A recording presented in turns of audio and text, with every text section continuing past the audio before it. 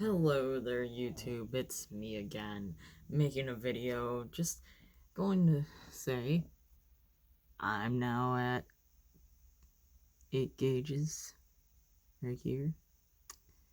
That's right. My piercing, my ears, they're all stretched. My goal with them is to get to half an inch, so there's still still a long way to go, but you know, it's already a good start. I got out of the psych ward a few days ago, so I wanted to kind of talk about how my experience was being in a psych ward for the first time and how, like my expectations, what really happened there, and just all that sort of stuff because there was a lot of things that even I believed, and it's a lot of like the horror stories about like units, like the ones where it's like, oh, you're gonna be in a padded room and shot full of sedatives for the rest of your life, like that sort of thing.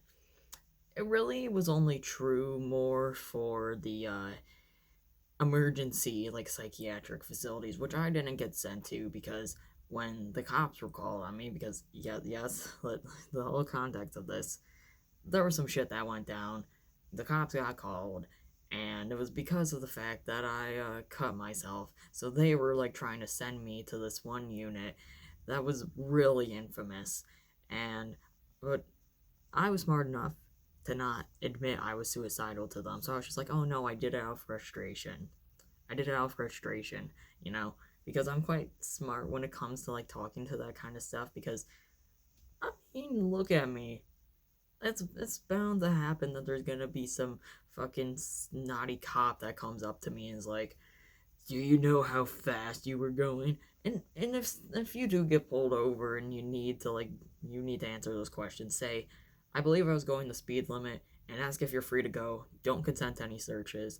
Legal advice from Dex to you. But anyways, I admitted myself into the emergency room the day after, and the whole process of that was quite odd because I'm 18, so I was put in the pediatric emergency room. And let me just say right now, that was the biggest fucking bullshit of all time. I literally had roommates that were like babies, or like roommates because these were shared rooms. These weren't like single rooms. The one time I did get a single room, it was actually in the psychiatric unit. And, the thing is that I was manic when I admit myself into the emergency room. So I was just talking nonstop. Like, talking, talking, talking. Like, imagine me, but, like, at 2 times speed. That's how I was talking. I was just talking, talking, talking to my sitters because the thing is if you're admitted for like suicidal ideation, they have to have a sitter and you have to follow a whole bunch of different rules. And they gave me these scrubs originally, like these whole new scrubs to change into, but I was too small to fit into the adult scrubs, so I instead got a thing of children's scrub, like the largest size of those, because I'm short as shit. And when I did admit myself in there, I was battling a really terrible bout of anorexia, so I wasn't like the biggest guy there. In fact, if anything, I was given ensures because of my low weight. Like, I remember it too. The insures are like something that people usually like have strong opinions on, but for me, I like the French vanilla and the chocolate ones. The plus max strawberry ones though, ew, those are disgusting. I got that one time when there was no other ones in the psych ward, and it was just, I don't know. Strawberry milk just never sat well with me. It just never has. But there, but after a few days of being in the emergency room, I got moved to a whole different hospital. Well, it's the same hospital. Well, they're both the same hospital, but one is like more connected with a university, and another one's like the actual like community hospital. So I got moved from the university hospital to the community hospital, and then I was transferred to the psychiatric unit. And this was an adult psychiatric unit because the thing is with the psych team is that they were because of me being 18, I could have either been sent to the pediatric or the adult psychiatric units. And the thing is that the pediatric psychiatric units go all the way from 12 to 19. And the thing about me with, well, high schoolers, I'd say, and really anyone under 18 now, despite me being 18, I can't really hang out with high schoolers anymore just because like high schoolers are just too immature. Like a lot of them are so stuck in the gossip mindset, like thinking that everyone gives a shit about the most stupidest benign bullshit, that they're constantly talking shit about others and they're constantly paranoid about being themselves and they're taking it out on the people who are actually cool and that kind of bull crap. Like, I can't hang out with high schoolers anymore. I just fucking can't. So, being put in the adult unit was amazing. And the thing is that in this unit, there were people, like, from my age, 18, all the way to, like, their 70s. So, there was a wide range of ages here. But we all got along because despite, like, the fact that we all had, like very different like lives and reasons why we were there or things that we struggled with, we all were still really fucking like we were chilling out with each other. Like they had a open art thing there where they'd bring out like colored pencils and markers, and while there we could like request songs, and everyone requested different kinds of music. And even though we all had vastly different tastes, we all just enjoyed listening to music and coloring and, just enjoying the moment as it was.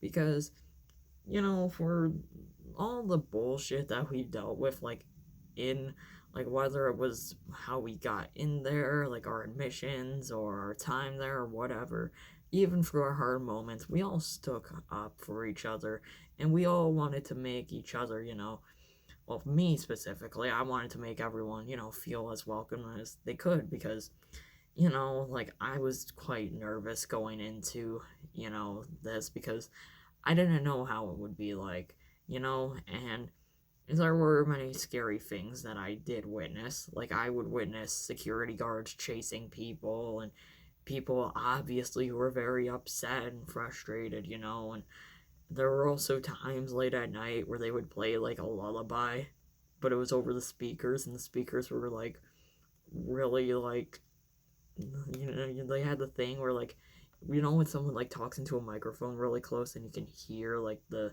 vibrations. It was kind of like that, but on a speaker, and it was a creepy ass lullaby. And I was like, this is not gonna make me fall asleep. If anything, this is just gonna keep me up.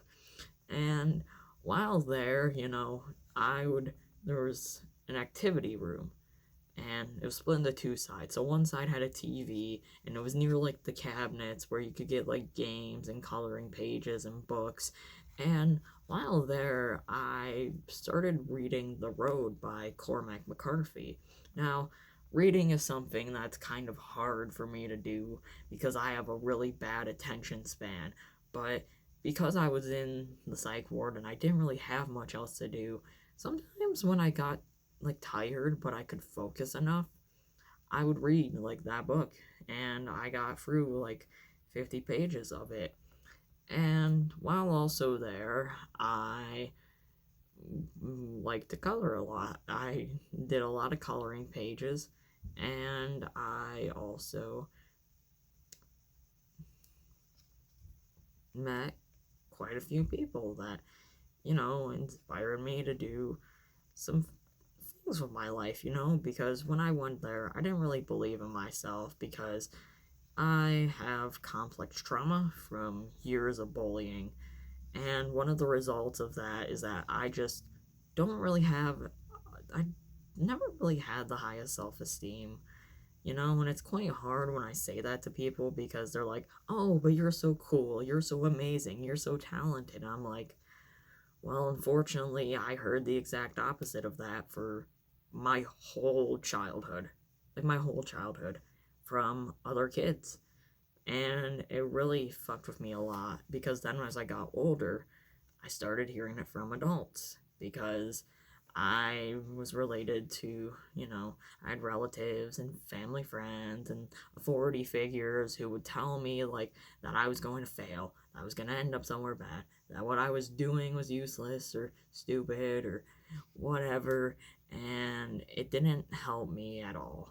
It made me feel really shitty to the point that I had suicidal thoughts since I was 10 years old. Like, that's how bad it was. And because of my mental health, because of just, the fact that I'm from an area where providers aren't really that accessible and healthcare is expensive as fuck, I was only ever diagnosed with anxiety or depression.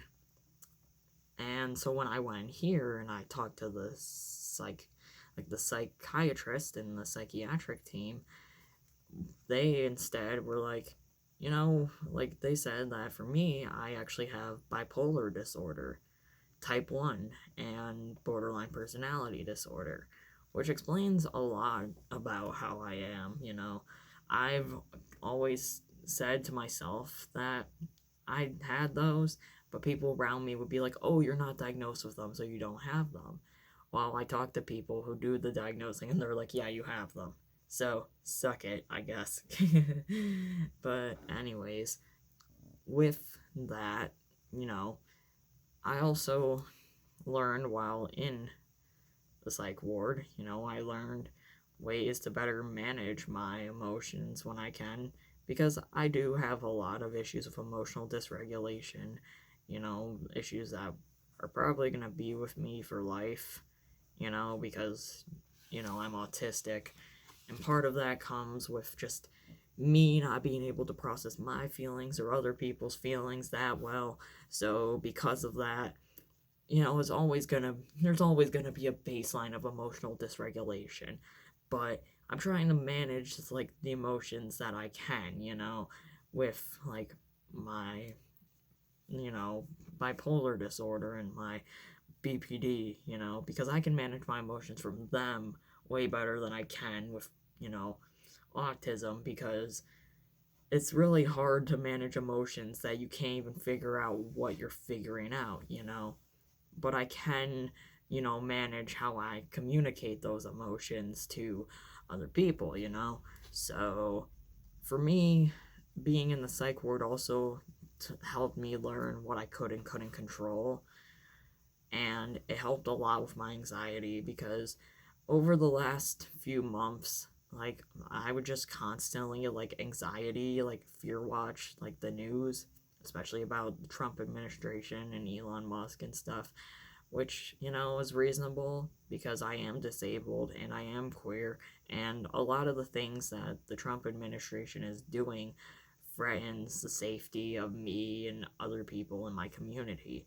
So there is reason why I did keep up with it. But it's not like me keeping up with every little news or every little thing Trump does or says or whatever is going to make, fix that, because realistically, the system that Trump is working in is working to benefit guys like him. All this shit that he's doing, it benefits him. Because when you live under a hierarchical capitalist society, it's going to benefit motherfuckers who are hellbent on getting more money and more power.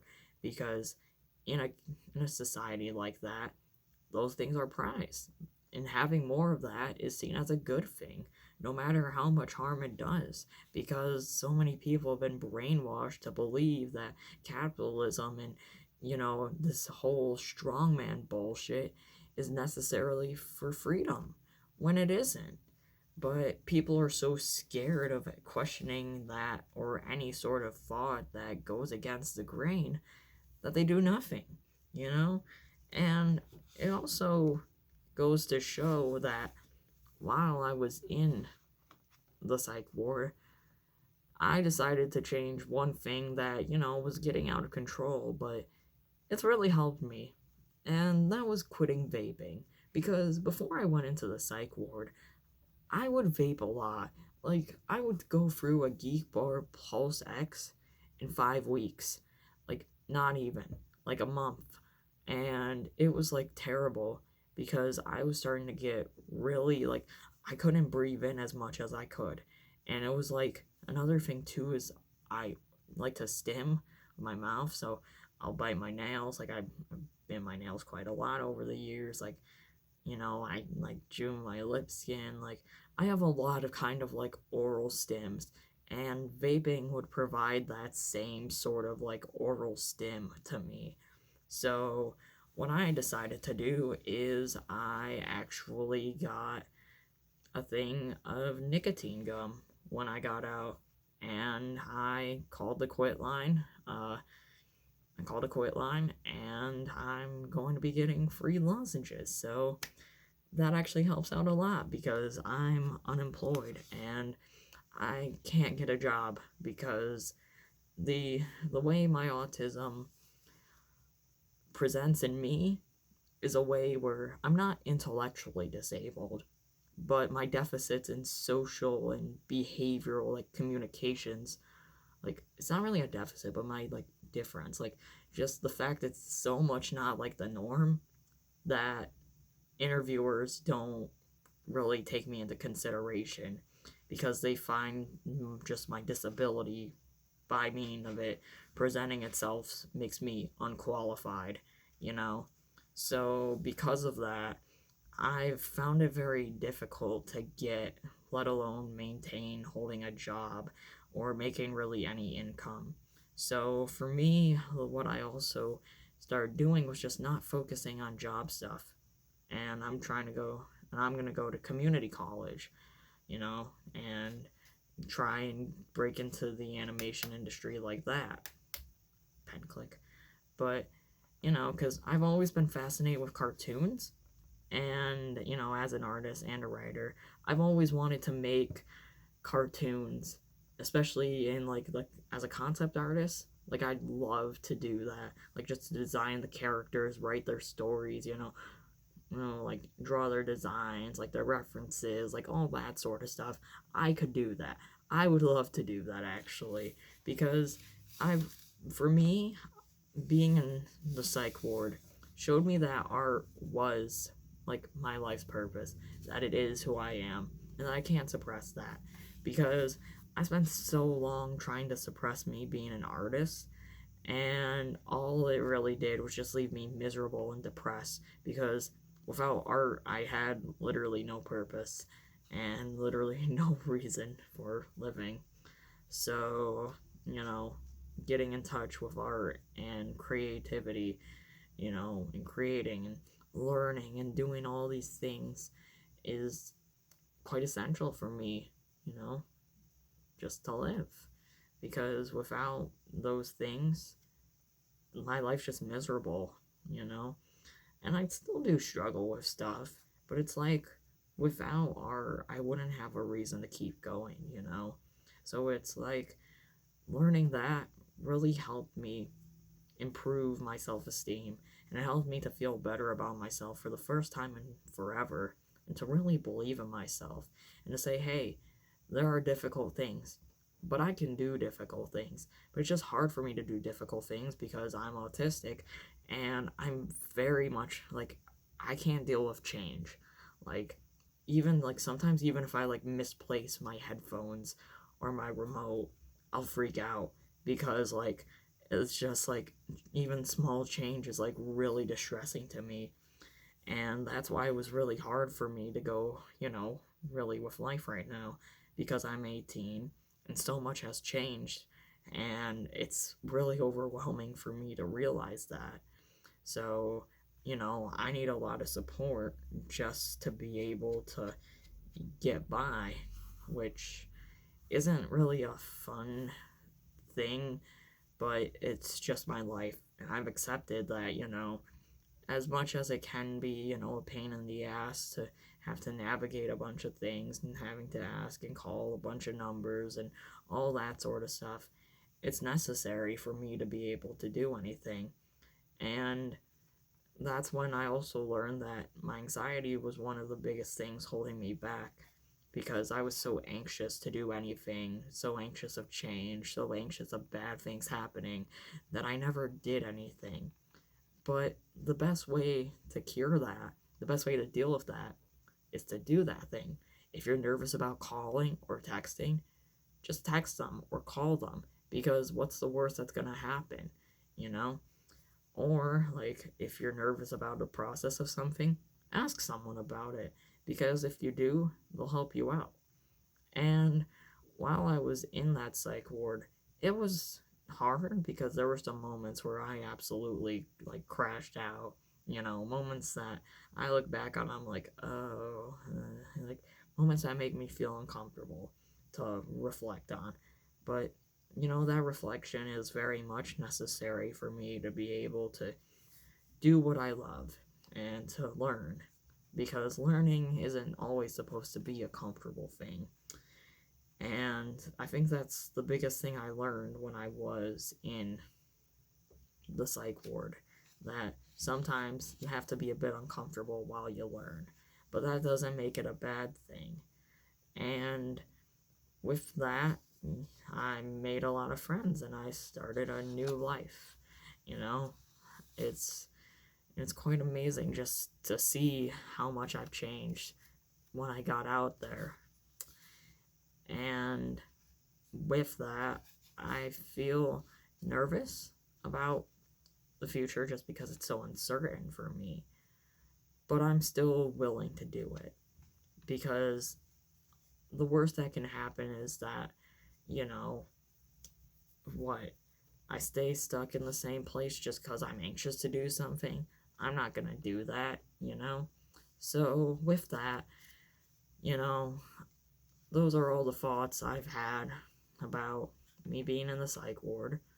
It was interesting. I also got some grippy socks I actually have in my dresser right now. But yeah, that's all I have to say about being in the psych ward. It was a crazy, pun intended, experience, but it was also one that taught me a lot.